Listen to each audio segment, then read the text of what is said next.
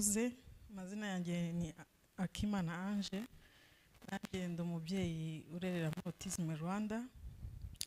Nari ngiye gufasha gusubiza ikibazo umuvandimwe yarabajije, abaza ati se ababyeyi kwerekana abana kugaragaza ko bafite icyo kibazo byo biraborohera?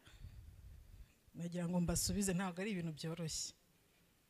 First of all, kubona ubyaye umwana nk'uwo uba wumva ari nka esheke ugize mu buzima. Ngewe najyaga mbwira umuntu niba hari esheke nagize mu buzima ni ukwisanga mbyaye umwana w'umutiste.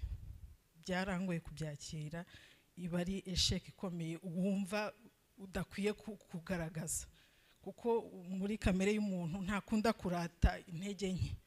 Wumva wagaragaza imbaraga, wumva wagaragaza gukomera, ariko iyo bigeze mu ntege nke wumva ari ibintu bidakwiye kugaragara.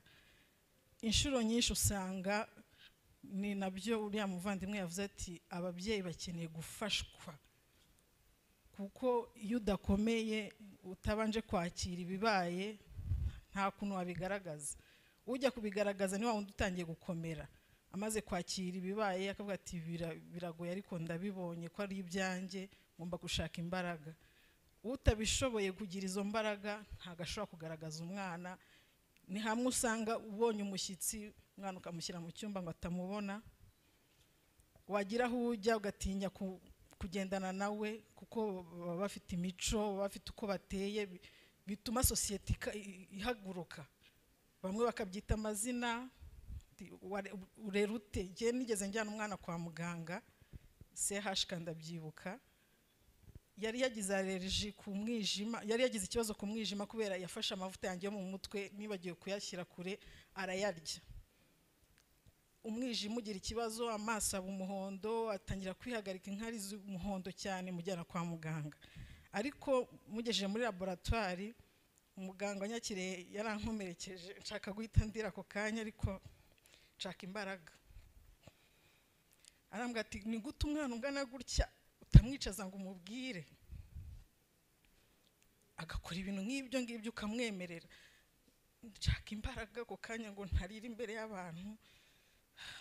Ndikaruma, arabanza arambwira amagambo menshi ati ntabwo ari byo, sinzi ukuntu musige murera ababyeyi b'iki gihe. Ndatuza. Ubwo undi mubyeyi wari uri hirya gato yaraza aranyegera, arambwira ati uyu mwana wawe uzamujyana Indera. Navuye kwa muganga nuzuye ibikomere, ntahambwira umugabo wanjye ntago nzasubiza umwana kwa muganga. Biragoye kujya kwa muganga, bwawe ufitiye ibyawe, muganga aragukomerekeje, abo muhuye baragukomerekeje, wisanga niwe ibyawe. Rwose ubu bukangurambaga burakenewe, kandi nta bandi bantu kubidufasha uretse ubuyobozi. Twifitiye ibyacu tubana nabyo umunsi ku wundi. Please, nta kindi mufite cyo kudufasha uretse kusensibiliza. Mu minsi yashize habaye ibarura, niba ryarageze hose sinzi, wabaruraga ageze mu rugo ari kubaza ati se mufite abana, yagera kuri uyu ati hari ubumuga afite cyangwa hari ikibazo afite. Bose nabyitaga ubumuga, nambwa ntago aramenya kuvuga, ni autiste. Ati so autiste ni iki? Haba ni biki? Gufata umwanya kuzamusobanura, ni uje mwibarura, niwe wakabaye afite ubumenyi buhagije. Ubona ari ibintu biri kure cyane, ariko bayobozi muri hano nicyo tubasabye gufasha gusensibiliza. Murakoze cyane kandi turabashimira.